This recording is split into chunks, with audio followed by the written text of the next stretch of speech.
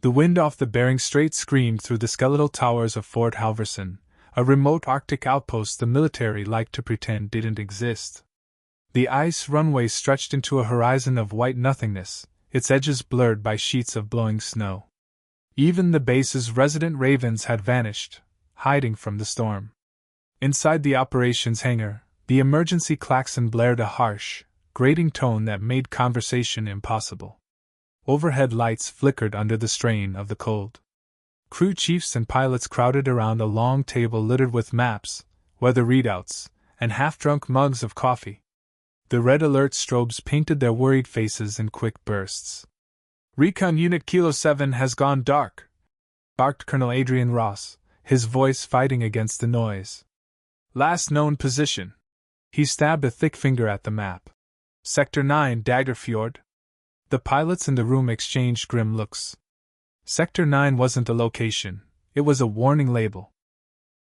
Steep rock faces, wind tunnels that could roll a helicopter like a child's toy, and temperatures that could freeze exposed skin in 30 seconds. A weather tech pointed at the monitor. "Wind chill -60, sustained gusts at 90 knots. Whiteout conditions. Satellite imaging is down. GPS unreliable." Captain Briggs shook his head immediately. "That's suicide, sir. Even with radar." "Radar's out," the tech added without looking up. "Storm's throwing magnetic interference. We've got nothing." One by one, the pilots listed their reasons for refusing. "Regulations won't allow it. Not with that visibility. We'll lose the bird before we find them." In the corner of the hangar, Chief Warrant Officer Dana Cross, 32 years old, chief mechanic for the base's CH-47 Chinooks, listened while tightening the bolts on a turbine access panel. She wasn't supposed to be part of this meeting. She wasn't a pilot. She was the one who kept the birds flying when the Arctic tore them apart. But the moment she heard Kilo 7, her hands froze on the wrench. She knew 2 of those soldiers. They were regulars in her maintenance bay, dropping off mugs of coffee when she worked late. She stepped forward, voice calm but carrying. "Chinook 37 is ready. I just finished the diagnostics. If nobody's going up, I'll take her." The hangar went silent except for the wail of the wind outside. Briggs turned, incredulous. "Cross, you're a wrench turner, not a stick. Stand down." "I hold a civilian rotorcraft rating," she said evenly. The colonel cut in, voice sharp. "Civilian. Not military. Which means you are not authorized for flight operations." Dana met his eyes without flinching. "Sir, they're out there freezing to death while we argue about paperwork." Colonel Ross's stare was the kind of look that could nail a junior officer to the wall. "Chief Cross," he said slowly, "you walk out of this hangar toward that helicopter, and you're finished. Discharged. Career gone." Dana didn't blink. "Sir, with respect, if I stay here while Kilo 7 dies, I'll be finished anyway, just in a way you can't write on paper." A low murmur rippled through the room. She'd worked at Fort Halverson for nearly a decade, known for being the quiet one with her sleeves rolled up while everyone else talked shop. She'd rebuilt entire engines by hand in sub-zero conditions. She could tell you what was wrong with a Chinook just by the way it vibrated during warm-up. But flying? Nobody had seen her in a cockpit. Captain Briggs smirked like he'd just been handed an easy punchline. "Cross, this isn't joyriding over the coast in summer. This is Dagger Fjord in a blizzard. Even I wouldn't touch that, and I've got 1,800 logged hours." Dana's jaw tightened, but before she could respond, a voice spoke from the back. 1,800 hours of fair weather flying, Briggs. Don't pretend you've stared down a fjord wind shear at night." Every head turned. Master Sergeant Leonel Pike stepped forward, his frame broad enough to block the light from the map table. He was an old flight engineer, silver in his beard, 20 years in.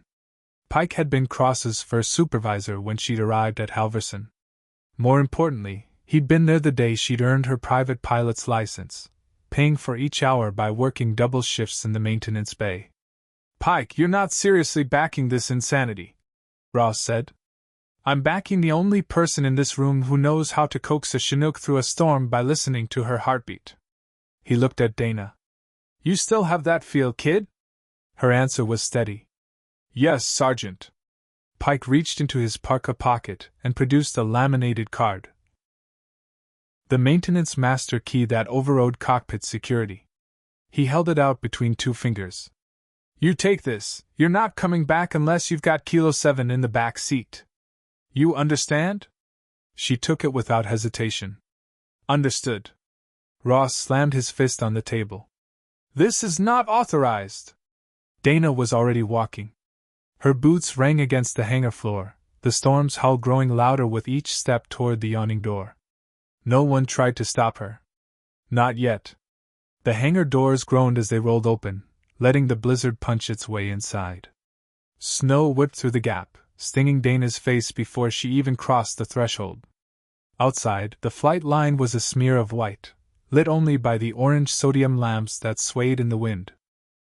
Chinook 37 sat crouched under a thin crust of ice, its twin rotors sagging like tired shoulders.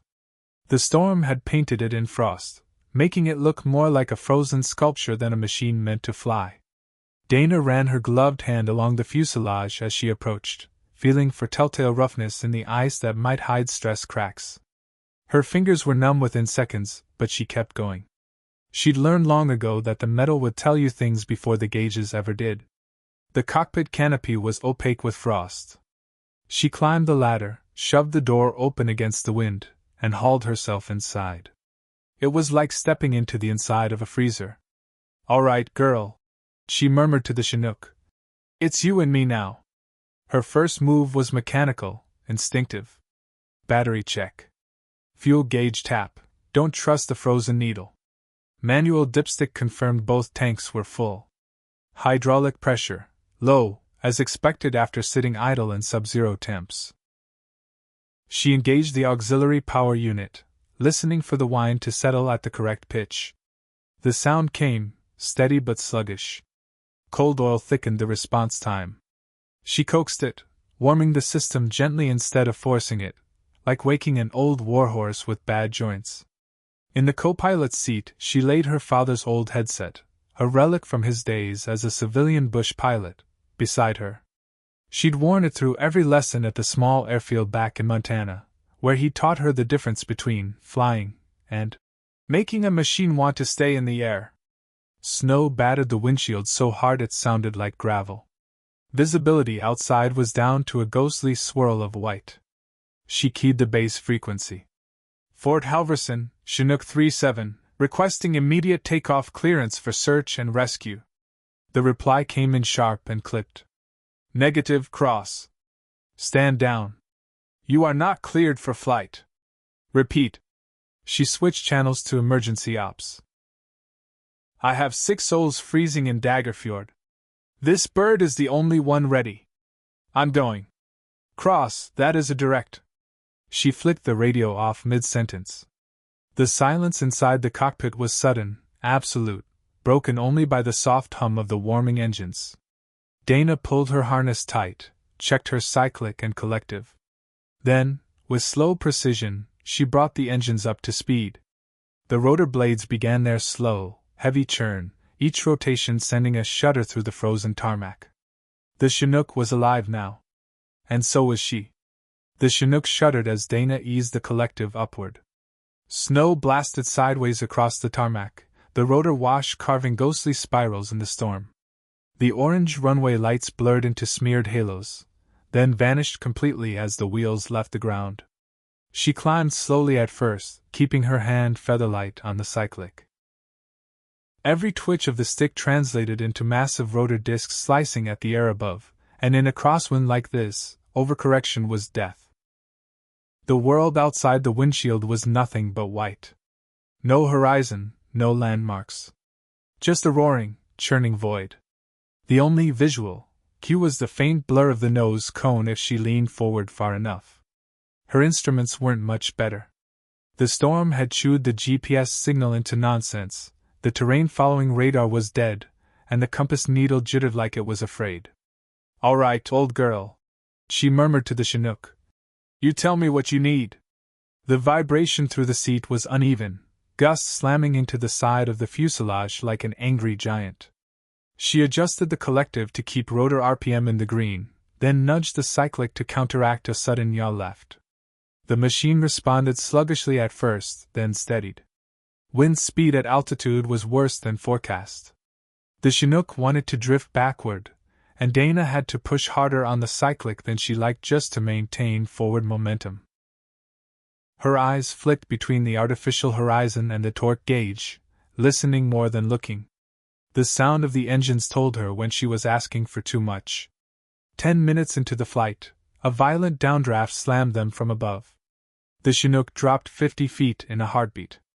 Dana's stomach lurched, but her hands stayed steady. She'd learned in the Montana mountains that panic is the enemy. The machine would talk to you if you listened, even when it was screaming. The radio crackled to life on an unused frequency. "Cross, this is Pike. You reading me?" She toggled the mic. "Go ahead, Sergeant.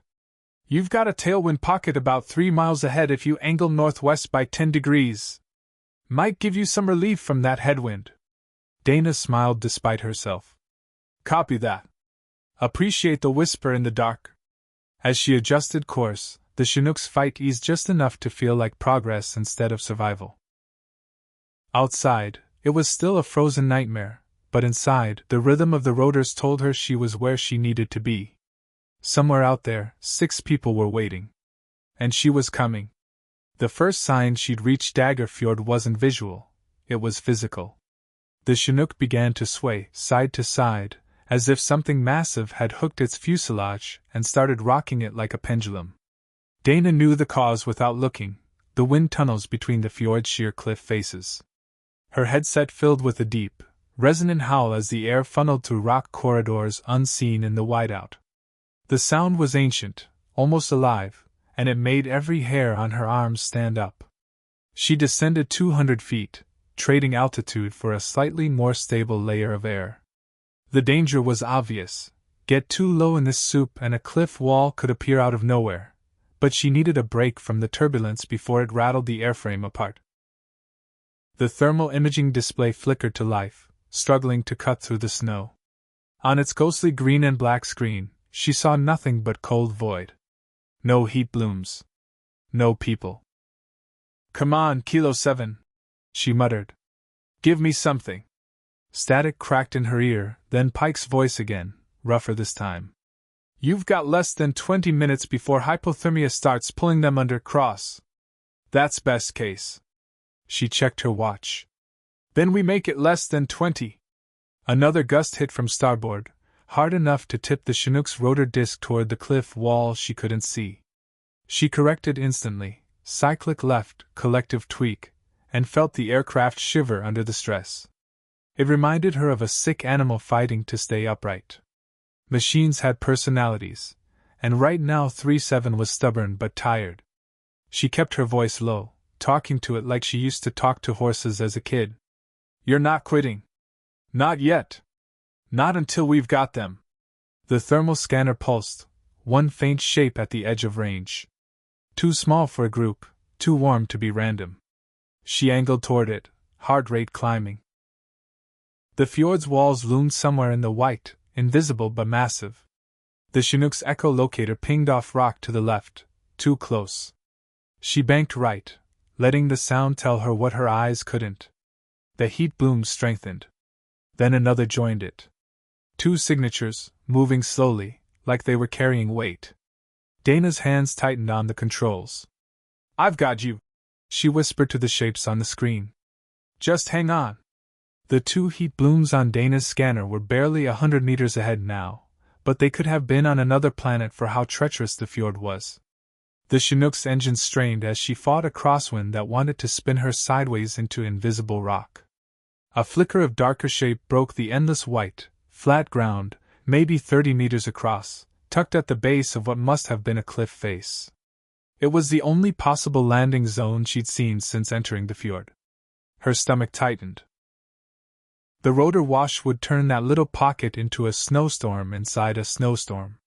If she lost sight of the ground during flare, she'd have to abort fast or risk slamming down on uneven terrain. 372, whoever's still breathing down there. She called on an open band. You see a helicopter coming in, move clear of the landing zone. A burst of static, then a voice so faint she almost missed it. Copy, moving, we've got one down, legs busted. Hold tight. 30 seconds. She descended slowly, eyes locked on the faint dark outline beneath her. Snow exploded upward under the first push of rotor wash, erasing the ground from view. Her world became nothing but the feel of the controls and the whisper of changing pitch in the blades. 10 feet above where she thought the ground was, she bled off power and let the Chinook settle. The right skid touched first, slightly lower ground than the left, but she compensated before the machine could tilt dangerously. The rear ramp was already lowering before the engines fully stabilized. Through the swirling snow, she saw them, 2 soldiers hauling a third between them, faces wrapped in frost-stiffened scarves. The first one up the ramp shouted over the noise, "You're not our regular pilot!" Dana shot him a flat look. "I'm the one who showed up." They dragged the injured man aboard, his legs splintered with a snapped rifle stock and duct tape. Blood was frozen into his trousers in jagged patterns. She kept the Chinook in a light hover, ready to lift the second they were secure. The ramp closed. The loadmaster, who was really just a medic riding shotgun, gave her a thumbs up, and she pulled power. The Chinook leapt into the air, clawing back into the blizzard. 3 down, she murmured into her dead radio. 3 to go. Dana climbed away from the landing site, following the narrowing fjord deeper inland. The Chinook's engines roared at full torque just to hold steady against the screaming wind funneled between the cliffs. Every gust felt like a shove from a giant hand, threatening to spin her sideways into rock she still couldn't see. The thermal display flickered, its readout scrambled by snow and ice buildup on the sensor housing. Then, just for a second, a faint bloom in the far corner of the screen. Weak, erratic, like the source was buried under something. She bit her lip. It was off her current course, in a section of the fjord known for violent wind shear. She could try circling around the long way, but that would add at least 15 minutes. In these conditions, 15 minutes was a death sentence. Damn it, she muttered, and rolled the Chinook toward the weak signal. The wind hit immediately. A vicious downdraft slammed her from above, dropping the aircraft 100 feet in seconds. The altimeter spun downward like a clock in freefall. Dana's heartbeat kept pace. Instinct took over, nose down slightly, add power, keep rotor RPM in the green. She felt the Chinook shudder, the blades biting at air that didn't want to hold them. The cliff walls were invisible, but the echolocator screamed proximity warnings in rapid succession. Another gust came from starboard, spinning the tail into a yaw she could barely control. Her left hand clamped down on the collective, right hand finessing the cyclic in tiny, desperate corrections. She could feel the metal in the airframe flexing under the strain. For 5 endless seconds she wasn't flying, she was wrestling the Chinook to keep it from rolling inverted. Then, like someone had shut a door, the turbulence eased. The weak thermal bloom sharpened on her display. It was right ahead, low to the ground, with a second smaller bloom beside it. Dana exhaled hard, sweat prickling under her flight suit despite the cold. "All right, you stubborn bastards. I've got you now." The second group came up on the hoist half frozen, one of them concussed and barely responsive. Dana's hands never stopped moving, adjusting pitch, countering drift, holding the Chinook steady while the medic winched them in. She knew she was in violation of a dozen flight safety regs, hovering that close to an ice overhang in gale-force winds, but she didn't care. With 5 survivors aboard, she pushed deeper for the last signal. It was barely a ghost on the display now, flickering like it might vanish any second. The fjord narrowed until she could almost touch both walls with the rotor tips. Snow clawed at her windscreen, the altimeter warning blaring as she skimmed just above the surface of a frozen inlet. Then, there, 2 figures waving frantically from a ridge no bigger than a pickup truck. No landing. No time. She brought the Chinook into a hover, tilted just enough to block the worst of the wind with the fuselage, and dropped the hoist again. The first soldier came up quick. The second stumbled, nearly falling into the white void before grabbing the cable. The second his boots cleared the ramp, Dana didn't even wait for the medic's thumbs up. She yanked collective, swung the nose toward open sea, and poured everything the engines had left into the climb. The fjord spat them out into marginally clearer air. The horizon glowed faintly with the first blush of dawn, a smear of gold behind the storm. When she finally touched down at the forward base, ground crews swarmed the aircraft, pulling the wounded out and ushering the rest toward heated tents. One of the rescued soldiers paused at the ramp, turning back to her. "Ma'am, you weren't on the roster. Who the hell are you?" Dana just pulled off her helmet, hair spilling out in a wind-tangled mess. "Nobody special. Just someone who showed up." The soldier gave a short, sharp nod, the kind you give to someone who just saved your life. Then he was gone, swallowed by the blur of medics and snow. Dana sat back in the cockpit for a moment, listening to the engines wind down, feeling the ache in her arms and the burn in her lungs. She'd flown into the maw of a storm and come back with all six. Not bad for a mechanic.